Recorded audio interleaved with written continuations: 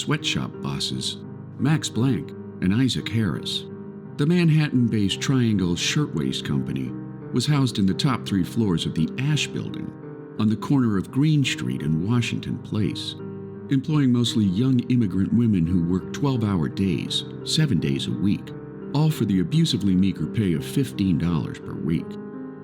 With a long history of suspicious fires in their other factories, potentially set to collect on large fire insurance policies, Blank and Harris went out of their way to resist fire safety measures at their Triangle Shirtwaist Company in case they needed another revenue-generating fire. Of the 4 elevators accessing the factory floors, only one was operational, and of the 2 stairways down to the street, one was locked from the outside to prevent theft, while the other stairway door opened inward. On Saturday afternoon, March 25th, 1911, 600 workers were crammed into their sewing stations when a fire broke out in a rag bin. A manager attempted to put it out, only to discover that the fire hose had rotted while the valve was rusted shut.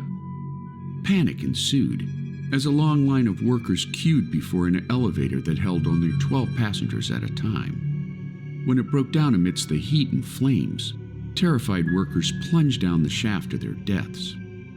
Others fled down the stairwells, only to burn to death when they reached the inoperable outside doors. Others jumped to their death from inadequate fire escapes, falling on fire hoses that made it difficult for firefighters to fight the flames. Within 18 minutes, the fire was over, leaving 146 innocent workers dead. Protests over worker conditions resulted in an April 5th march on New York's Fifth Avenue, with more than 80,000 in attendance, while city officials passed the Sullivan-Hoey Fire Prevention Law, which called for massive changes to workplace fire prevention measures. And while Blank and Harris were brought up on manslaughter charges in the face of overwhelming evidence of neglect, they were ultimately acquitted by a grand jury.